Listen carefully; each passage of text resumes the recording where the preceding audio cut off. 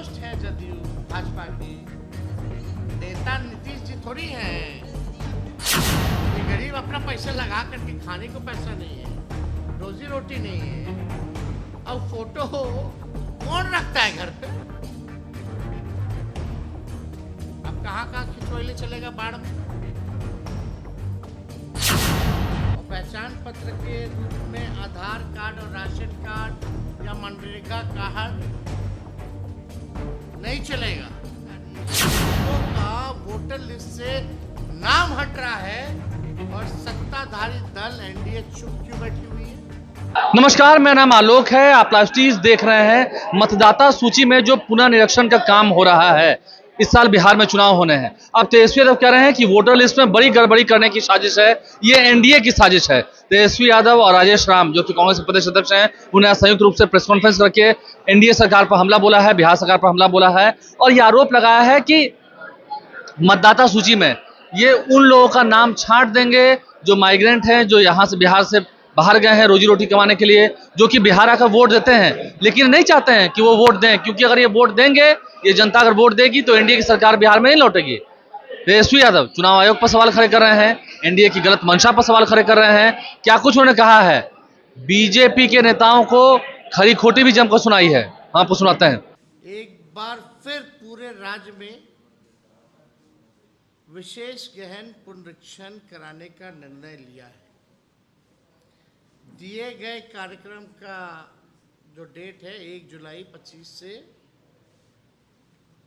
उसी के आधार पे 1 महीना के अंदर जो है इनको कंप्लीट करना है। ये दलील है चुनाव आयोग का। तो क्या केवल बिहार ही राज्य है? पूरे देश में क्यों नहीं करा रहे थे? ये सवाल तो उठता, वो भी ठीक 2 महीने पहले।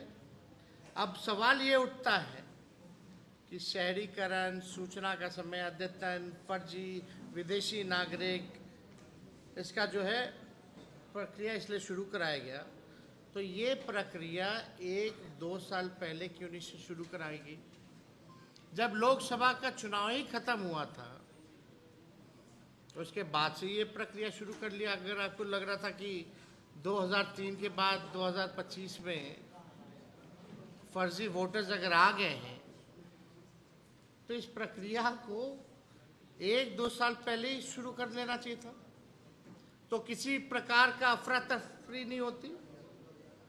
अभी सब लोग हड़बड़ाए हुए हैं, सब लोग कंफ्यूजन में हैं और चुनाव नवंबर में संपन्न होना है और 25 दिन के भीतर इतना गहन पुनरीक्षण कैसे संभव है, ये सवाल उठता है। दूसरा, आयोग कह रहा है कि बीएलओ 3 बार, महत्वपूर्ण है, बीएलओ 3 बार मतदाता के निवास स्थल पर जाएंगे। अगर बताए गए पते पर मतदाता नहीं मिलेंगे तो उसका नाम वोटर लिस्ट से हटा दिया जाएगा। मतदाताओं को गहन पुनरीक्षण के लिए भौतिक रूप से उपस्थित रहना पड़ेगा, यानी फिजिकली उपस्थित रहना पड़ेगा। आयोग के इस नियम का शिकार वो कौन कौन लोग होंगे? जो लंबी या छोटी अवधि के लिए घर से दूर रोजी रोटी कमाने जाते हैं, मजदूरी करने जाते हैं, अलग अलग शहरों में नौकरियां करते हैं, कहीं गार्ड की नौकरियां कर रहे हैं, कहीं किसी के घर पे काम कर रहे हैं, कहीं पंजाब में किसी का खेत देखने का काम कर रहे हैं। तो ये लोग जो है शिकार बनने जा रहे हैं। ऐसे लोग चुनाव के समय आते हैं और अपना वोट भी डाल के जाते हैं। जो भी पलायन करता है, लेकिन वोट के समय वो लोग वापस आते हैं और वोट डाल करके जाते हैं। अब जो लोग छुट्टी पलायन में जो लोग किया हुआ है, लगभग 3 करोड़ से भी अधिक लोग जो हैं बिहार से पलायन करते हैं, यानी सीधा उनका अगर फिजिकल रूप से नहीं रहेंगे तो उनका वोटर लिस्ट से नाम जो है काट दिया जाएगा। और ज़्यादातर मजदूर कौन है या पलायन के लिए कौन बाहर लोग जाते हैं? आदिवासी जाते हैं, दलित जाते हैं, पिछड़ा अल्पसंख्यक समाज के लोग ही ज़्यादा जो है बाहर जाते हैं। तो टारगेट समझ जाइए कि ये कहाँ जो है किया जा रहा है। अब दिसंबर 2004 के बाद मतदाताओं को अपने साथ साथ अपने माता पिता दोनों का पहचान पत्र देना होगा। यानी 2 दिसंबर 2004 के बाद मतदाताओं को अपने साथ साथ अपने माता पिता का भी पहचान पत्र जो है देना होगा। और पहचान पत्र के रूप में आधार कार्ड और राशन कार्ड या मनरेगा कार्ड नहीं चलेगा। अब चुनाव आयोग द्वारा 11 दस्तावेज जो है मान्यता प्रदान की गई, लेकिन हम पहले भी आते हैं, कई जगह कितना लोग का आधार कार्ड भी बना है। ये तो सरकार के लोगों को बताना चाहिए। हम पूछना चाहते हैं कि सरकार के लोग या चुनाव आयोग पता करके बताए कि बिहार में कितने लोगों के पास आधार कार्ड है, लेकिन ये भी मान्यता नहीं है। अब आइए, जो 11 दस्तावेज जो मान्यता जो चुनाव आयोग ने दिया है,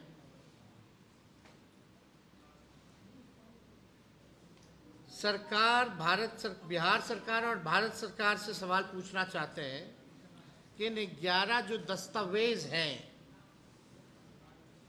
उन दस्तावेजों का प्रतिशत में बताइए कि कौन कौन सा दस्तावेज कितने कितने बिहारियों के पास है। पहला, भारत सरकार, राज्य सरकार एवं पब्लिक सेक्टर उपक्रमों में कार्यरत कितने प्रतिशत कर्मी हैं और कितने प्रतिशत कर्मियों के पास कोई I card, pension, payment order है। आखिरा ये हम चाहते हैं बिहार सरकार और भारत सरकार बताए। 1/7/1987 के पूर्व सरकारी स्थानीय प्राधिकार, बैंक, पोस्ट ऑफिस, LIC एवं पब्लिक सेक्टर उपक्रमों द्वारा निर्गत आई कार्ड, प्रमाण पत्र, दस्तावेज कितने प्रतिशत लोगों के पास है। सक्षम प्राधिकार द्वारा निर्गत जन्म प्रमाण पत्र कितने प्रतिशत लोगों के पास है। ये भारत सरकार, बिहार सरकार बताए कि कितना परसेंटेज है भाई। बिहार में कितने प्रतिशत लोगों के पास पासपोर्ट है, हम लोग जानना चाहिए।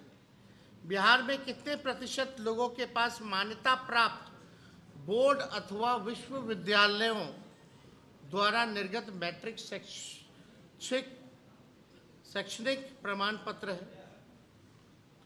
बिहार में कितने प्रतिशत लोगों के पास स्थायी आवासीय प्रमाण पत्र है। बिहार में कितने प्रतिशत लोगों के पास वन अधिकार प्रमाण पत्र है। बिहार में कितने प्रतिशत लोगों के पास सक्षम प्राधिकार द्वारा निर्गत OBC, SC, ST जातीय प्रमाण पत्र है। जातीय सर्वेक्षण में सबको जातियों की संख्या पता है, क्या उतने जातीय प्रमाण पत्र निर्गत हैं? तो सरकार जो है बताए। कितने प्रतिशत नेशनल रजिस्टर का सिटीजन्स में पंजीकृत है, ये राज्य सरकार और भारत सरकार बताए। कितने प्रतिशत राज्य सहेगा नहीं कि इनको कहाँ भेजेगी। ये बहुत गंभीर मामला है। ये कई सवाल उठाता है और आश्चर्य की बात है कि चुनाव आयोग को समय नहीं है हम लोगों को समय देने के लिए, बल्कि ये काम कार्यक्रम शुरू करने से पहले ऑल पार्टी मीट बुलानी चाहिए थी, सबको कॉन्फिडेंस में लेना चाहिए था, सबकी राय को लेना चाहिए था, तब जो है नए सिरे से वोटर लिस्ट की प्रक्रिया शुरू करते, सब लोग सहयोग करते। कौन चाहता है कि भाई फर्जी वोटर हो? कोई दल नहीं चाहता फर्जी वोटर हो। और ये जिम्मेवारी तो आपके पास है, तो 2003 से 25 क्यों लगा भाई? और आपका तो रेगुलर कार्यक्रम चलता ही रहता है, हर साल वोटर जुटते हैं, कटते हैं, जिनकी मृत्यु होती है उनका नाम कटता है, जो 18 साल के होते हैं उनका नाम जुटता है। ये तो प्रक्रिया लगातार चलती रहती है। तब भी आपको लग रहा है कि यहाँ बड़े पैमाने पे हुआ है, तो वही वोटर हुआ, लोकसभा में चुनाव दिया था, नरेंद्र मोदी जी प्रधानमंत्री बने, तो यानी वो फर्जीवाड़ा मानिए, फिर फर्जीवाड़ा जो लोकसभा का चुनाव हुआ था। तो बहुत सारे सवाल जो है वो उठता है। वोटर बनने के लिए तो आप समझ जाइए किसका नाम बचेगा कटेगा। हर घर के सभी मतदाता, चाहे वो घर पर हो या माइग्रेटेड हो, का गन्ना के साथ संकलन करने वाले आवश्यक डॉक्यूमेंट की हार्ड कॉपी या फोटो कॉपी तो उसके पास घर पर होगी नहीं। मान लीजिए जिसके पास डॉक्यूमेंट भी है, क्या उसके घर पर फोटो कॉपी या हार्ड कॉपी होगा? होगा नहीं तो कराएगा कौन? यानी वोटर पे खर्चा बढ़ेगा। और यही नहीं, आपको वाइट बैकग्राउंड में पासपोर्ट साइज फोटो भी चाहिए, साइज भी बताया गया है। जब बीएलओ आएंगे तो उनको देना पड़ेगा। अब कितना गरीब के पास फोटो है भाई? गांव देहात जाइए तो मांगिए तो वाइट बैकग्राउंड में फोटो। ये व्यवस्था तो इलेक्शन कमीशन को करना चाहिए। ये गरीब अपना पैसा लगा करके खाने को पैसा नहीं है, रोजी रोटी नहीं है, अब फोटो कौन रखता है घर पे? अब कहां कहां खिंचवाइले चलेगा बाढ़ में, जहां डूब रहा है लोग गरीब। ये व्यवस्था तो इलेक्शन कमीशन को करना चाहिए ना। बिना व्यवस्था किए हुए, बिना कोई तैयारी के ये लोग कूद गए। ये तो पहली बार ऐसा हो रहा है। ये तो बड़ा चिंता का जनक है। वोट का ही अधिकार छीन लोगे तो बचेगा क्या गरीबों के पास? चुनाव आयोग की समय सूची टाइमलाइन के अनुसार तैयारी नहीं हुआ। 26 जुलाई तक, सुनिए, 26 जुलाई तक बीएलओ को हर मतदाता के घर जा जाकर गन्ना फॉर्म का वितरण, कलेक्शन तथा house to house verification exercise कर लेना था। कब से? 26 जुलाई तक ये सारा जो है कर लेना है। और हम आपको बता दें 6 दिन हो गया है। 6 दिन बीत जाने के बाद भी हम दावे के साथ कह रहे हैं 99.99% जगह यह प्रक्रिया शुरू भी नहीं हुई है। यानी बचे 19 दिन। अब 19 दिन में कहां से हो पाएगा भाई? लेकिन इसमें चौंकाने वाली बात आ रही है, गरीबों का वोटर लिस्ट से नाम हट रहा है और सत्ताधारी दल एनडीए चुप क्यों बैठी हुई है? क्या उनको, एनडीए के लोगों को चिंता नहीं है कि वोटर लिस्ट इतने पैमाने पे वोटर लिस्ट का, वोटरों का नाम कटेगा? डॉक्यूमेंट नहीं है लोगों को। ये कैसे 19 दिन में पूरा होगा? हम लोगों ने जाति आधारित गणना कराई बिना डॉक्यूमेंट मांगने, घर घर जाकर के खाली फॉर्म भरना था, उसमें 9 से 10 महीना लगा। अब तो बचा 19 दिन, 6 दिन बीत गया, अभी भी 99.99% जगहों पे ये कार्य भी शुरू नहीं किया गया। अब बच्चा 17 दिन में कहां से करा लेगा भाई ये लोग? बिहार में मॉनसून ने गति पकड़ ली। कल कितना बारिश हुआ। अब लोग अपना जान बचाएगा कि इलेक्शन कमीशन को फॉर्म देगा। अधिकारी लोग अपना लोगों के जान, आपदा बचाने के लिए, आपदा में लोगों को बचाने के लिए लगे रहेंगे, राहत देने में लगे रहेंगे कि उनसे फोटो मांगेंगे, लाओ फोटो, अपना माँ बाप का लाओ सर्टिफिकेट। क्या हो रहा है भाई? 73% आपको पता है बिहार फ्लड से प्रभावित रहता है। जो इलाके हैं अधिकांश वही लोग गरीब पाए जाएंगे, दलित, अति पिछड़ा अल्पसंख्यक लोग। बिहार एक लौता ऐसा राज्य है जिसके एक भाग में बाढ़ तो दूसरे में सुखाड़ रहता है।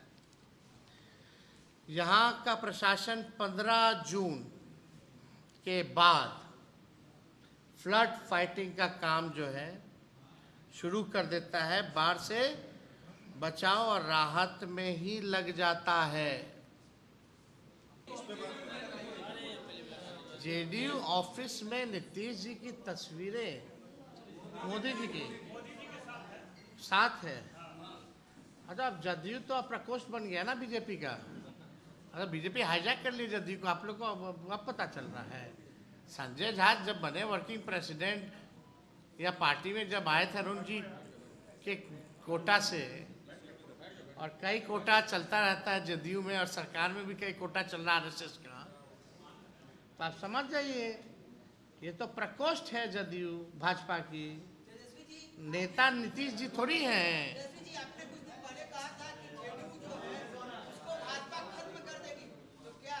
शुरुआत दिखने लगा, शुरू तो पहले ही हो गया था। शुरू तो तोड़ना तो चाह रही थी जब हमारे चाचा हमारे पास आए थे, यही बोल के ना आए थे, तो उसी टाइम से तोड़ना शुरू हो गया था। जब झारखंड में ऑपरेशन चल रहा था लोटस, महाराष्ट्र में चल रहा था, तो बिहार में भी चल रहा था। तेजस्वी जी, सवाल ये है कि इसमें एससी कम्युनिटी सबसे ज्यादा प्रभावित होंगे, लेकिन इस मसले पर ना चिराग बोल रहे हैं ना मांझी जी बोल रहे हैं। कुर्सी है ना, थोड़ा और अच्छा मंत्रालय मिल जाए। कुर्बानी तो देना रहे भाई चिराग जी, किसका कुर्बानी दे रहे हैं? मांझी जी किसका कुर्बानी दे रहे हैं? अब शराबबंदी के बारे में नहीं बोलते ना। अब जो उनके समाज के लोग जो जेल में हैं, उनके न्याय के लिए तो अब मुंह नहीं खुलता है। इन लोगों को क्या चाहिए? 2-4 सीट और चाहिए। जमाई आयोग का गठन हो ही जाना चाहिए अब तो, खुल करके जब कही ना कि सब जस्टिफाई कर रहे अपने अपने दामाद को, तो जब जस्टिफाई कर रहे हो अपने अपने दामाद को तो कर लो। आयोग बनाने में किस बात का शर्म है भाई? कम से कम कोई कार्यकर्ता तो जगह बचता, वो तो जाता। एक सवाल ये है कि अगर 20 दिन बचे हैं, चुनाव आयोग आप लोगों को समय नहीं देता है, तो आपका अगला स्टेप क्या? ये भी स्पष्ट कर दे चुनाव आयोग कि हम नहीं मिलेंगे,